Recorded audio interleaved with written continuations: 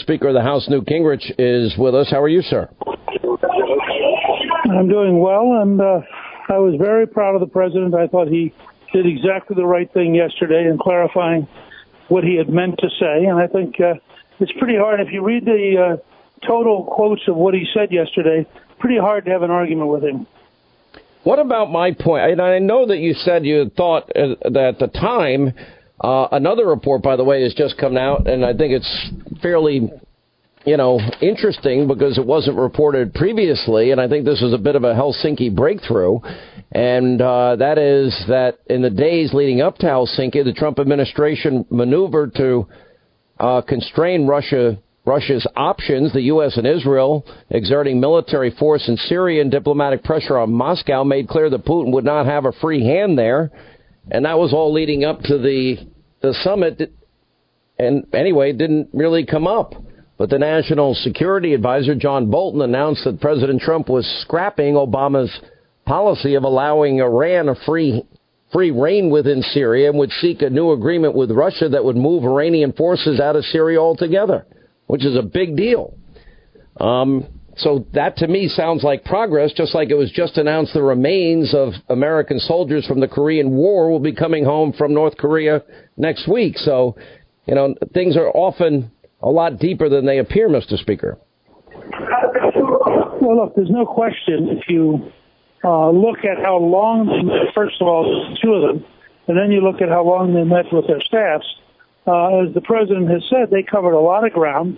I think in some areas we may have actually made real progress, and I think that's not a small thing. The thing that I'm always amazed at our liberal friends who would normally be very worried about nuclear war and all that, they don't seem to understand when the president says to them, this is the other guy on the planet who has the most nuclear weapons, and finding a way to make sure that neither of us ever get close to use them is a huge, huge deal. And I think that Trump is very sensitive to the fact that, Russia is a decaying power. Its population is declining. Its suicide rate is terrible. Its alcoholism rate is terrible. Its economy is actually smaller than Italy. But nonetheless, they're the only other country that has a huge number of nuclear weapons, and you have to be very careful how you deal with them. Well, and there's also other big issues that they were dealing with, and I think they're all important. Nuclear proliferation being one of them. Syria, where men, women, and children are dying every day as that civil war continues, in part propped up by Putin and by Russia. The Iranian nuclear threat that is literally now uniting the Middle East in ways that we've never seen before, and creating an opportunity for peace probably that we've never seen before. All of these issues, I think, are need to be on the table, and if we want to have a safe and a better world. Well, that's exactly right, and I think that's why the president took the risk of going to Helsinki. I mean, he's not a foolish person.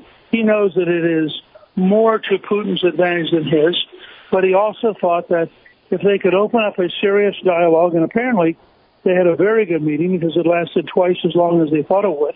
And I think that part of the reason that he made the mistake he did in the press conference was he was really on a high. He was feeling really good because they'd had a really positive, solid meeting. And I think that led him to be maybe a little more expansive than he should have been. Why is it possible that after all these years of being hacked, why is it possible that they can still hack us? Why haven't we built up the cyber defenses necessary in this day and age? Because it keeps happening again and again and again. Well, I think we have to rewrite the entire Cyber Command regulations. Currently, the Cyber Command is captured under the same bureaucratic rules as everybody else. The best hacker in the world is 1,000 times better than the fifth best hacker. And that means you've got to have a whole different approach to how you staff, a whole different approach to how you compensate people, and a whole different approach to how you think. I've met several times now with people at Carnegie Mellon who have consistently won the world hacking competition in Las Vegas. And they just think that our current models are just totally wrong. They're never going to work. And so I think we have to look at these really bright people. And one of the points they make is really good first-rate actors are a little bit weird. They don't fit into a bureaucracy. They don't fit into a military hierarchy. But they are so important and they're so specialized. Well, they work over. They probably stay up all night and they do things in the dark. And you can't tell them to come to work at 8 o'clock and leave at 4:30. It's not how they roll. That's right. That's right. And you can't bore them. I mean, you give them something that fascinates them, and they'll work for 96 hours nonstop. Put them in a room where they got to do boring bureaucratic work, and they'll die. Yeah, and exactly. I think one of the things we should have is a complete redesign of the Cyber Command, which is clearly not capable today of doing its job. Let me go to this question. What do you make of the left and their absolute freak out over the summit when you have all these important issues that were discussed? I've always been a firm believer the president didn't drop $150 billion in cash and other currencies, in this meeting with Putin. The president did basically threaten Putin's entire economy by suggesting that Angela Merkel stop making these energy deals with Vladimir Putin and creating such energy and dependence on Russia. But at the end of the day, we got 9/11 comparisons, Pearl Harbor comparisons, a former CIA director, communist, that is calling the president, a traitor and accusing him of treason. It's just a typical left-wing outrage. Sure. Look, I mean, first of all, let me just say that I devoted my whole newsletter today, both at Gingrich Productions and at FoxNews.com, to the objective reality that by any standard, Trump has been so much tougher than Obama that it is absurd to in any way suggest that he is somehow in Putin's pocket, but Obama wasn't. And it's just unbelievable difference. Second, I point out that the very guys, you mentioned one of them, Brennan, another one's Jim Clapper, the very guys who are attacking Trump were the guys who were supposed to be protecting us who failed totally. I mean, what standing does either Brennan or Clapper have for lecturing anybody else? They were in charge. They were supposed to defend America. They felt, in that period, Trump was a candidate. He didn't have a responsibility. And I think that the truth is Dan Coates and others right now are building up a much stronger effort, but until we reform the system, it's not going to quite work. But the third thing, which you and I have talked about several times, and I'm going to sound boring to those of our listeners who heard this before, you have on the left a group of people who have been through a psychic trauma, losing on election night. They're suffering the political equivalent of PTSD. These are the people who were standing outside the Supreme Court the other night. As you remember, Clifton and I were at the White House when they introduced Judge Kavanaugh, and literally fill in the blank. Standing outside the Supreme Court, they had 4 cards. Any of the 4, all 4 were bad by definition. Well, the same thing was for the summit, right? And then, yeah, they knew Trump would do something terrible. They just didn't know what it was. And I think some of the things what Brennan said was so despicable that the idea that, for that matter, what Comey said today, you can't vote Republican and be a patriot. I mean, if people want to know how sick the deep state is, that's the director of the FBI. That's the head of the CIA. These people are crazed. They represent a loony left. They are radical extremists. I want to talk to you. I want to pick it up there when we get back. Because I want to talk about why this makes 2018, to me, the most important midterm in our lifetime. Newt Gingrich is with us, by the way, author of the bestseller, Trump's America, The Truth About Our Nation's Great Comeback. So next week on this program, we're going to begin identifying those Senate races, those House races that will tip the balance of power in Washington. We continue with former Speaker of the House, Newt Gingrich, author of the book Trump's America, The Truth About Our Nation's Great Comeback.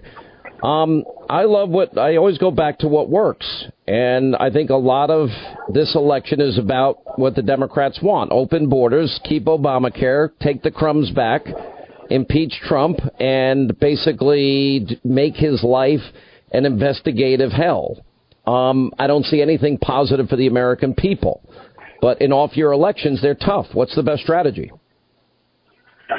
Well, I think the best strategy is to slow it down make clear what the choice is. And there's basically four choices. Choice number one is we cut taxes, we cut regulations. We have the best economic growth since Reagan. We have the lowest black unemployment rate in history, lowest Latino unemployment rate. You like jobs? Do you like take-home pay? You like a growing economy? Vote Republican. If you'd like to go back to the Obama weak economy, higher black unemployment, higher Latino unemployment, less money in your pocket, vote Democrat. Second, we believe the sanctuary cities are dangerous because that lets people like MS-13 in. We believe that people like Keith Ellison, who want an open border, are just plain crazy. You couldn't function as a country with an open border. We believe that we need a sound, solid immigration policy that is pro-legal immigration, but that cuts off illegal immigration. The Democrats believe let them all come in, we'll absorb all of them, the more the better, no ICE, no borders, no controls. So you choose. Third, they're now off on this kick about government-run health care, which is a disaster. I mean, tell me what government does so well that you actually wanted to take care of your personal health. But this is going to be a theme everywhere in the country. So let me ask this question. People like Bernie Sanders. So there are people that are listening to you now, and I know what I would do, but I have a hard time saying it because some of these Republicans didn't keep their promises. They're very weak. They're afraid to fight. But the option is going to be, they're there. They're not going to vote to impeach Trump. They'll kind of be brought kicking and screaming, supporting the good parts of his agenda, whether they like it or not, versus a Democrat. But people are saying, why should I vote for a rhino? What do you say to them? I say to them exactly what I said to you on the show the other week when I said that 2 minutes before Trump introduced his Supreme Court choice, close your eyes, imagine it was Hillary Clinton, and imagine that she was proposing the second radical Supreme Court justice to fundamentally redesign America. Now, if you're willing to take that risk, if you don't mind open borders, if you don't mind higher taxes, if you don't mind more unemployment, if you don't mind people who are radical extremists being in charge, stay home. But when you do, and all that stuff happens, yeah, we have some candidates who aren't perfect, but we also, on balance, even our imperfect candidates aren't crazy. And I think look at their side, it's scary. Mr. Speaker, thank you. We appreciate your time.